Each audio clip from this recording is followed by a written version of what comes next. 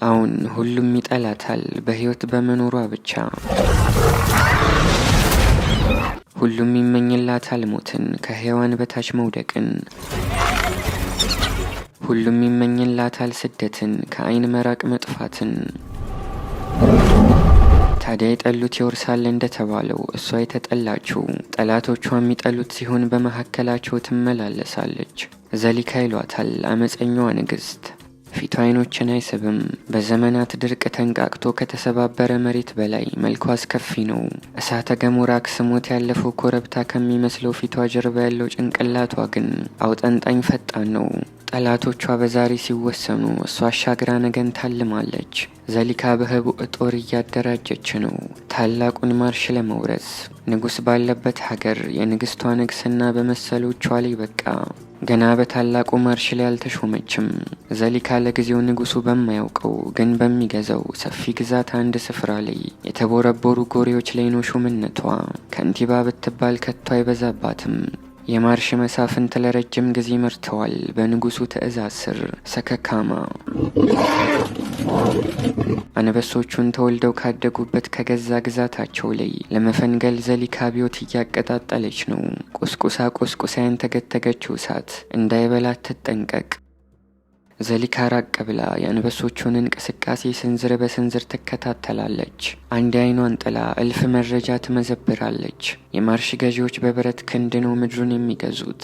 አደን ሲነሱ ግራውን ከቀኝ ቀኙን ከግራው ያምታቱታል። እኮ ለምን አደናለው? አንበሶቹ ጠግቦ የጣሉትን ማንሳት ስችል የጣሉትን አንሺ ዘሊካ። ግን አንድ ህግ አለ።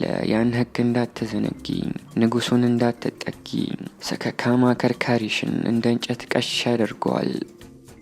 ከአረንጓዴው ባህር ማርሽ ጠረፍ አንድ ስፍራ ላይ ቅጽሩ በቁጥቋጦ የታጠረ የጦር ሰራዊት ካምፕ አለ። የዘሊካ ሚስጥራዊ ዓለም ነው። ዘሊካ ወዲህ ጨካኝ አረመኔ፣ ወዲያ ደግሞ አዛኝ ልጅ እናት ናት። ከአንበሶቹ መንደር የምትለቃቀመውን ትርፍራፊ በሙሉ ወደ ጉሬዋ በማጋዝ ለነገው ጦር ግንባታ ታውለዋለች። እሷና እህቶቿ ቁጥራቸውን በማብዛትና ወራሹን ትውልድ በማብቃት ላይ ተጉ ናቸው። በአንበሶቹ ላይ የሚኖራቸው እድል ይህ ብቻ ነው፣ በርከት ብሎ መገኘት። የጅብ መንጋ የሚመራው ከወንድ ጅቦች በላይ በወንድ ደም በበለጸጉ ሴቶች እንደሆነ ይታወቃል። መሪዋ ስትወድቅም ወራሽ ሆነው የሚነሱት ልዕልታቱ ናቸው። እንዲሁ የዘሊካን ዙፋን ማንም አይወርሰውም ከሴት ልጇ በቀር። ዘሊካ በቅርቡ ጦር ሜዳ ላይ የምትሰለፍ ታዳጊ ልጅ አለቻት። በተቻላት ከክፉ ሁሉ የምትጠብቃት፣ መለምለሟን የምትጓጓላት፣ ሌት ተቀን የምትጋደልላት። ዘሊካ በግዳይ የበለጸገውን የአንበሶቹን ማርሽ ለመውረር የምትዘጋጀው ከሁሉ በፊት የልጇ የጅብ ሆድ እንዳይጎድልባት ነው።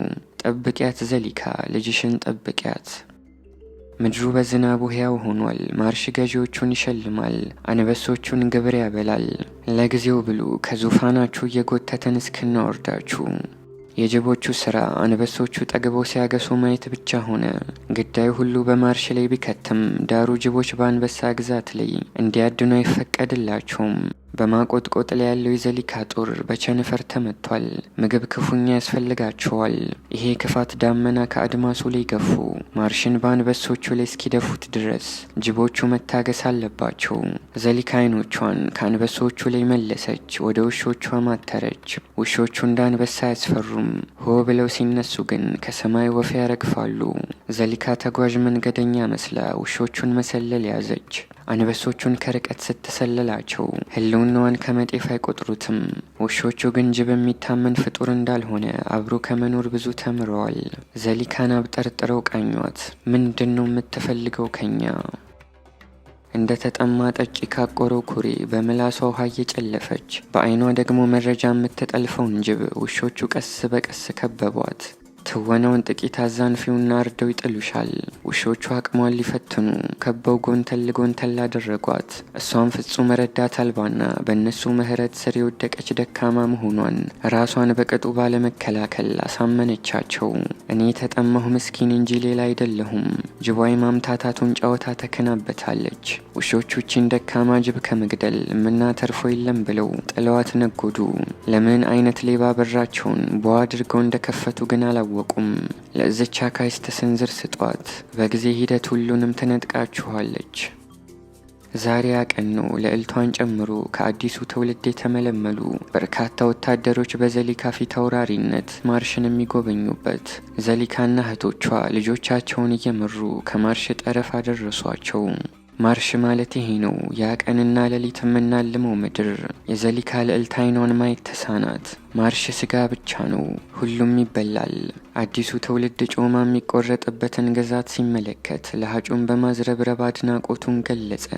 ይህ ሁሉ እናንተ ነው ጎበዝ፣ አንበሶቹን ማቸነፍ ከቻላችሁ። ለጊዜው ግን ተመለሱ፣ ጊዜያችሁ ገና አልደረሰምና። ዘሊካ አዲሱን ጦር በማርሽ ዙሪያ አሰማርታ እሷ በጎን የያዘችውን የውሾቹን ተልእኮ ከዳር ለማድረስ ወደ ኩሬው አመራች። ውሾቹ ከርከሮ አድነው እንደ እህል ሲፈጩት በሽሽግ ተመለከተች። ውሾቹ ከርከሮውን ተቀራምተው እንደጨረሱ ከውሃው ዳር አረፋሉ። በዚህ ጊዜ ነበር ከዚህ ቀደም በምህረት ያለፏት ጅብ ወደ እነሱ ስታዘገም ያስተዋሉ። ሊቦጫጭቋት ቢጀምሯትም በውሃ ውስጥ የመትረፍ እድሏ የሰፋ እንደሆነ የምታውቀው ዘሊካ ጅቦች በወበቃማ ሰዓት እንደሚያደርጉት ውሃ ውስጥ በመዘፍዘፍ ማጤኗን ቀጠለች። ውሃ ውስጥ ብዙ ቆይታ የውሾቹን ልብ ከሸነገለች በኋላ ወደ ተልእኮዋ ሁለተኛ ክፍል አመራች። እስኪ ወደቀ አጥንት ላንሳና ምላሻቸውን ልይ። ቀስ ብላ አጥንቱን ለቀም አድርጋ ወደ ውሃው ተመለሰች። እንደ ተፈራ ውሾቹ ዘራፍ አላሉም። ትንሽ አጥንት ነች፣ ግና ታላቅ ድል። ዘሊካ ውሾቹን በድጋሚ አቄለቻቸው። አሁን ውሾቹን መዝረፍ ይቻላል። ሆድ በቃኝ አይልም። በፍጥነት በማደግ ላይ ያለው የዘሊካ ሰራዊት አፍ ግጣሙን አጥቷል። አሁንም ምን ጊዜ ምግብ ይጠይቃል። ማርሽ በጠላት ስር ነው። ምዕራብ ምስራቁ ኦና ነው። የዘሊካ እግር ያልደረሰበት ያልታሰሰው ምድር ሰሜኑ ብቻ ነው። ዘሊካ እህቶቿን አሰልፋ ሰሜኑን ገባችው። ከመድረሳቸው አንድ ግስላ የሜዳ ፍየል ጥሎ ሲጎተት አስተዋሉ። ወዲያውኑ ደግሞ ግስላው ግዳዩን እየጎተተ ቀማኛ የማይደርስበት ጥግ ሳያደርሰው ቀማኛ ሲነጥቀው ተመለከቱ። የሰሜኑ መንጋ ነው፣ የሰሜኑ አንበሶች። እነዚህ እርጉም ፍጥረታት እዚህም አሉ ማለት ነው። አሁን አሉ ዘሊካ፣ አሁን አሉ። አንበሶቹ ከግስላው የነጠቁት ግዳይ ላይ እርስ በርስ እየተራኮቱ ሰፈሩበት። ጡንቻና ጉልበት ጊዜያዊ ድልን ያመጣ ይሆናል። ዘላቂ ድል ግን ከጉልበት በላይ የሆነ ጭንቅላትን ይጠይቃል። ዘሊካ በአይኗ ስትሰረስር አንበሶቹ ላይ ግልጽ ድክመትን ታዝባለች። ግስላው ከአካባቢው ሸሽቶ ለምን አልሸሸም? መንጋውን ከጥቃት የሚከላከለው ወንድስ ወዴት አለ? አከርካሪ የሚቀነጥስ ወንድ በሌለበት እነዚህ አንበሶች ብቻቸውን የሚያመጡት ነገር የለም። እንገጥማቸዋለን፣ ድልም እንመታቸዋለን። በሚቀጥለው ቀን የሰሜኑ አንበሶችና የዘሊካ ጦር በወደቀ ቀጭኔ ዙሪያ ተገናኙ። ስጋ የሚነጩትን አንበሶች ጅቦቹ ቀስ እያሉ ከበቧቸው። ከዛ ግባ ብያለሁ ስትል ዘሊካ ትዕዛዝ አሳለፈች። ከአንበሶቹ በቁጥር መላቃቸው ልባቸውን ያሳበጠው ጅቦች ወደ አንበሶቹ ፈርጠም ብለው ተንቀሳቀሱ። አንበሶቹ አንድ በአንድ እየተነሱ ያለምንም ውጊያ ግዳያቸውን አስረክበው ሸሹ። ዘሊካ ሰሜኑን ውጊያ አልባ በሆነ ጦርነት ተቆጣጠረች። አስከፊ ድርቅ ከወደ ደቡብ ተነሳ። ማርሽ አረንጓዴ መጎናጸፊያውን ተገፈፈ። እንደ ፈረሰኛ ጦር የሚጋልበው ወንዝ በፀሐይ ክፉኛ ተመቶ አለቀ። የዛፎቹ መዘናፈል፣ የምንጮቹ መንፎልፎል ቀረ። ማርሽን ጣዕረ ሞት አነቀው። ታዳኝ አራዊት ወደ ሰሜን ተሰደዱ። አዳኞችም ተከተሏቸው ነጎዱ። አሁን ማን ብዙ ሰረቀ እንጂ ማን ብዙ አደነ የሚለው እምብዛም አስፈላጊ አይደለም። መስረቅ ደግሞ የዘሊካ ልዩ መክሊቷ ነው። በግራ እጇ ያዘችውን በቀኝ እጇ ሰርቃ የገዛ ጭንቅላቷን ጉድ ልታስብለው ሁላ ትችላለች። ዱሩ በጉልበተኞች ነው የሚዘወረው። አንድ ግስላ የሜዳ ፍየል አድኖ ከመጣሉ የወዙን ፍሬ በሶስት የዱር ውሾች ይነጠቃል። ውሾቹ ደግሞ በሰሜኑ የዱር አስተዳደር በዘሊካ ጦር ተነጠቁ። ውሾቹ ቺን ቀማኛ ያኔ እንዲህ በኃይል ሳትፈረጠም ነበር መግደል የነበረባቸው። የጅቧ ችግር መሆን ረቀቀ። አጽናፍ ጥራዙን ነጠቀ። ወሰን ድንበሩን ለቀቀ። ዘሊካ በትረ መንግስቱን ከጨበጠች ወዲህ ዝርፊያና ጭቆና መንግስታዊ ሆኗል። ትንሹም ትልቁም በቆሙ ይዘረፋል፣ ሳይወድ ይገብራል። አያሌ ግዙፋን በውሃ ጥም እየተጠወለወሉ መከንበል ከጀመሩ ሰነባበቱ። አንድ ግዙፍ ናለው በንዳድ ተናግቶ ከእግሮቹ ላይ ለመደርመስ ልምጥ ሲል እነ ዘሊካ እንደ ኑዛዜ ተቀባይ በዙሪያው ይሰበሰባሉ። ድርቆ ያደረ ለሚበሉ ሁሉ የጥጋብ ጊዜ ነው። እዚህም ሬሳ እዛም ሬሳ ነው።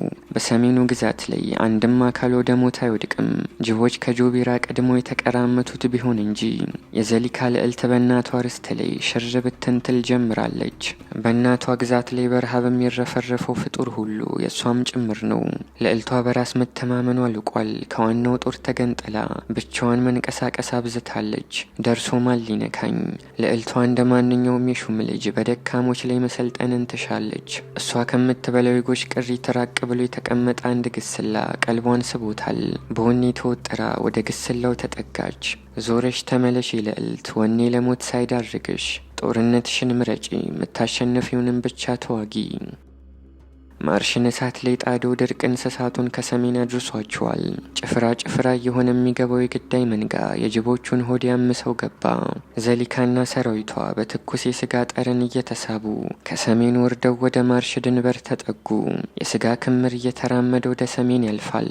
ግን ሁሌም ቢሆን ከግዳይ ጥላ ስር ምን ያርፋል ብለሽ ጠይቂ ዘሊካ። ገዳይ የማርሽ መንጋ አንበሶቹ በዘሊካ ግዛት የሞተ ዝሆን ከበው እየተቃመሱ ነው። ዘሊካ ተቁነጠነጠች። እንዴት ነው አንበሶቹን ማሳድዳቸው? ተጠንቀቂ ዘሊካ፣ ሰከካማ ይታይሽምን? ሰከካማ ጅቧ ካላየችው ስፍራ ላይ ሆኖ በገዳይ አይኖቹ ግንባሯ ላይ አነጣጥሯል። ንጉሱ እምር ብሎ ተነሳ። የዘሊካ ጥጋብ ልቧን አውሮታል። በምን አይነት አደጋ ውስጥ እንዳለች ማወቅ ተስኗታል። ሰከካማ ተወናጨፈ። ዘሊካ እየዋን እያቀለጠች ከንጉሱ መዳፍ ለጥቂት አመለጠች። የ15 ደቂቃ ሹመትሽን በሚገባ እንዳጣጣምሽው አይጠረጠርም። ሲሾም ያልበላ ብለሽ እስክትሻሪ በልተሻል። አሁን ንጉሱ ደርሷል። ሰከካማ በሄደበት ሁሉ የሞት አጀብ አስከትሎ ነውና የሚጓዘው። ጥፊ ዘሊካ ጥፊ። መዓልት ሌትን እንደሚከተለው የአንበሶቹ መንጋ የጎሹን መንጋ ይከተላል። አንበሶቹ ማርሽን ጥለው ከሰሜን ዘልቀዋል። ዘሊካ ለወራት የፈነጨችበት መንበር አሁን ከንጉሱ እጅ ገብቷል።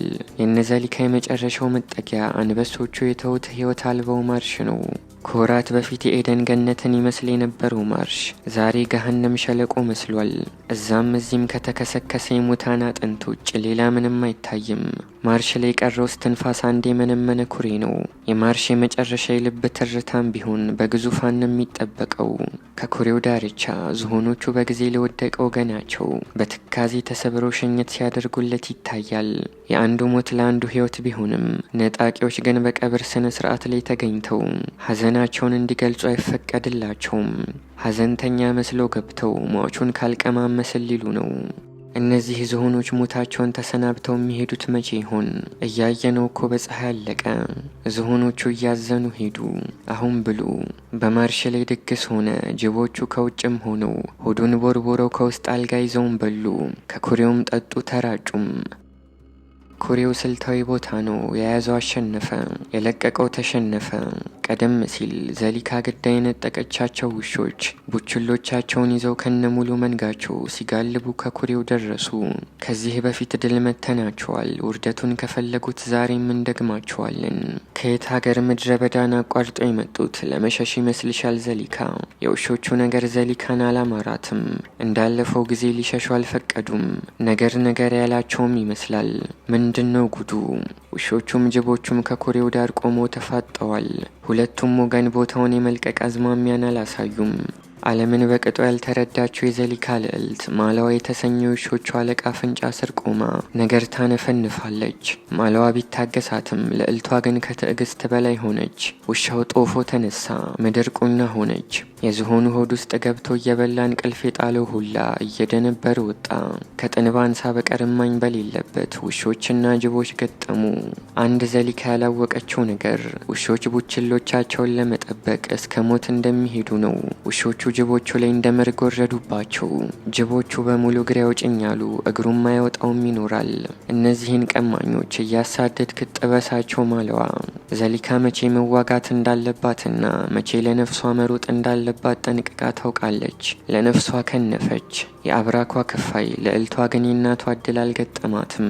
መውጫ ቀዳዳ ሳጥተው የደረቀው መሬት ላይ ያንከባለሉ በዱላ ጨቀዩት። አንቺ ሌባ ልጅ ወዴት ልታመልጪ? ውሾቹ ልዕልት አልጋ ወራሿን ከግራም ከቀኝም እየነካከሱ ዘለዓለማዊው አልጋ ላይ ያስተኟት። ኩሬውን ተነጠቅሽ፣ ጦርሽ ድል ተመታ፣ ልጅሽ ተገደለች። ይሄ ጥቁር ቀን ነው ዘሊካ። የዘሊካ ወታደሮች ዘብተልተላቸው ወጥቷል፣ ክፉኛ ቆስለዋል። አሁንም ግን በሷ ላይ እምነት አላቸው። ወዴት ነው የምትወስጂን ሳይሉ ይከተሏታል። እውነተኛ መሪ እስትንፋሱ እስካለ የሚታገል ነው። ዘሊካ ታጋይ ናት። ውሾቹ ልጇን ቢነጥቋትም ተስፋዋ ላይ መድረስ ግን ፈጽሞ አይችሉም። ተስፋዋ አሁንም አልወደምም። ዘሊካ መሰሎቿን ይዛ ማርሽን ስታቋርጥ ከርቀት ሰማዩ ላይ ጆፌዎች ሲያንዣብቡ አየች። ጠንባን ሰዎች ባሉበት ሞት ሳይኖር አይቀርም። ከሞት ጋር ደግሞ ቁራኛው ህይወት አይጠፋም። ዘሊካ የተዳከመ ጦሯን በማደራጀት ተስፋ ጠንባን ሰው ወደ ከበበው አካል አመራች። በቦታው ስትደርስ ግን ጠላት ከወደቀ ዝሆን ጋር ሲታገል ተመለከተች። የማርሽ መንጋ ግርማው ብቻ የሚበቃው ሰከካማ የለም። ዘሊካ አንበሶቹን ቃኘች።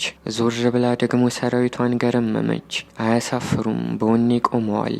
እንዋጋቸዋለን። ዘሊካ እንደ ተርብ ለመናደፍ የተዘጋጀ ሰራዊቷን ቦታ ቦታ ሲያዘች። የጅቡ ጦር አሰላለፉ ያስፈራል። ውጊያው ተጀመረ። የሰከካማ ታዳጊ ልጆች ቦታቸውን ሳይለቁ ከጅቦቹ ጋር ተናነቁ። ኋላ ግን የቁጥር ብልጫ ካላቸው ጅቦች የሚሰነዘረው ዱላ እየከፋ መጣ።